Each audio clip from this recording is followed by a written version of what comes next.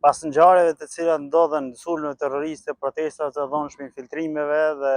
zbulimit të spionëve, është rritur niveli i sigurisë edhe në vijën kufitare ndërmjet Kosovës dhe Serbisë, edhe KFOR-i ka shtuar trupat e veta dhe po ashtu është treguar një nivel i lartë edhe i angazhimit të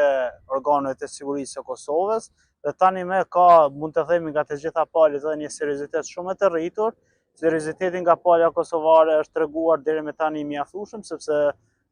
ka pasur ndalje të shumë veprime terroriste të tjera që e ka synuar Serbia të marrë ndaj Kosovës dhe e ka cënuar territorin e Kosovës vazhdimisht, dhe po ashtu kanë tentuar që të bëjnë edhe veprime të cilat kanë hyrë në kuadër të luftës hibride. Tani për momentin e vetmja gjë të cilën mund ta kenë ndikim kundrejt Kosovës është propaganda e ashpër që janë duke bërë nëpërmjet mediave dhe diplomacisë së tyre kundrejt Kosovës me shpifje dhe gënjeshtja të ndryshme. Pra mbetet e çështja e sigurisë në nivelin e brendshëm është e sigurt, është e mirë, por nuk mund të themi që duhet të flejmë gjithmonë rahat, për shkak se kemi një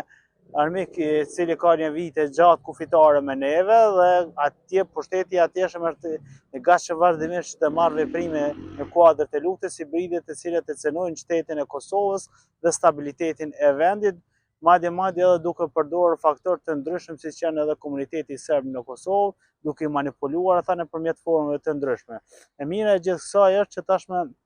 përkundrejt rasteve që ndodhen, Serbia ka kuptuar që Kosova ka një forcë të saj e cila mund të i dalë çdo vendit të saj, ka institucionet qoftë në aspektin e inteligjencës, policisë dhe faktorëve të tjerë të cilat mund të zbulojnë, kundërzbulojnë dhe po ashtu edhe të ndalin problemet të caktuara. Po ashtu është treguar që edhe KFOR-i tashmë ka një gatishmëri dhe një vetdije më të lartë, për shkak se e ka rritur edhe patrullimin në vijën kufitare dhe tashmë ka një gjendje mund të themi më të rehatshme.